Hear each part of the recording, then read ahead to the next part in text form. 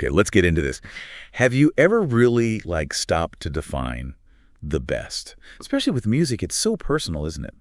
Today we're doing a deep dive into this really cool blog series by Greenstocks called Album Quest: The Search for the Best Album of All Time. Yeah, it's a fascinating setup. Totally. It's like a World Cup, but for albums. They get put in random groups of 4, listened to back, multiple times. Yeah. Then they're graded, and the top 2 move on.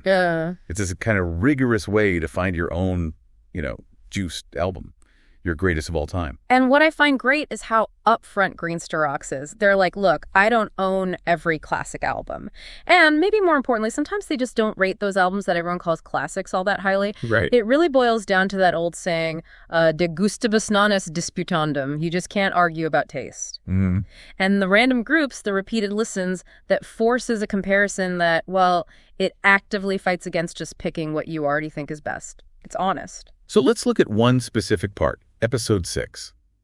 The title gives a hint.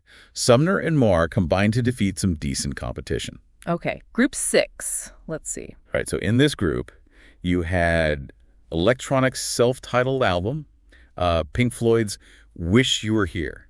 Whoa, a heavyweight. Exactly. Then the Scorpions' In Trance, and yeah. maybe a bit of a surprise, Tom Jones's Reload. Mm. And the result, well, Greenstocks writes that electronic's brilliant album just pipped the wonderful Wish You Were Here. And upset, maybe. Well, it certainly makes you pause, doesn't it? Electronic versus that Pink Floyd album. It really speaks volumes about the process, I think. It forces you to listen without, the weight of history attached. Yeah, you listen fresh. For Wish You Were Here, maybe that means hearing it without decades of reverence coloring it. For electronic, it lets its own strengths come through right now. And electronic, that's Bernard Sumner from New Order and Johnny Marr from the Smiths. Quite the combo. It really held up on its own merits.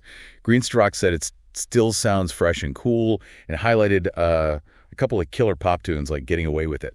Yeah, it wasn't just coasting on reputation. It clearly connected. So it earned its place. Absolutely. And think about Wish You Were Here.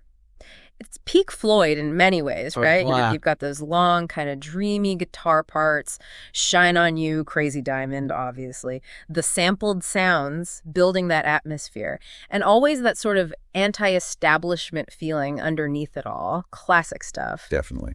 So the fact that electronic edged it out, even if it was super close, just by the narrowest margin, it really underlines how subjective best is. It wasn't like a total rejection of Floyd. It was just about what clicked more for that listener in that specific comparison at that time. Makes you wonder about your own playlist, eh? Totally. How many are there just because you feel they should be? Exactly. And it wasn't just about the top 2 either. The other albums brought something interesting. The Scorpions' In Trance Greenstocks called it Unlucky to Go Out. Said it was a really groovy album. Showing there was real quality lower down, too. But the real curveball, for me anyway, was Tom Jones's Reload. I mean, Greenstocks admitted thinking he was kind of past it and wasn't even a massive crooner fan. Yeah, that's the kind of result that makes this whole album quest thing so compelling. You wouldn't predict it. So how did that album get such a positive reaction then? Well, the key seemed to be the collaborations. Greenstocks noted Jones's chosen collaborators were basically top of their game. And that made the material sound fresh. It shows how the right production, the right partners can totally reinvent an artist's sound, Right. Pushing past any preconceived ideas. Definitely. I mean, look at that group electronic pop, prog rock, hard rock, and then this modern collaborator-driven album. Such a mix. Greenstocks' whole method, this personal but structured deep dive, it really forces you to question what a classic even means. It lets these unexpected albums have their moment. So it's not about what should be good in theory. No, it's about what is good when you actually put them head-to-head like that, for that specific listener.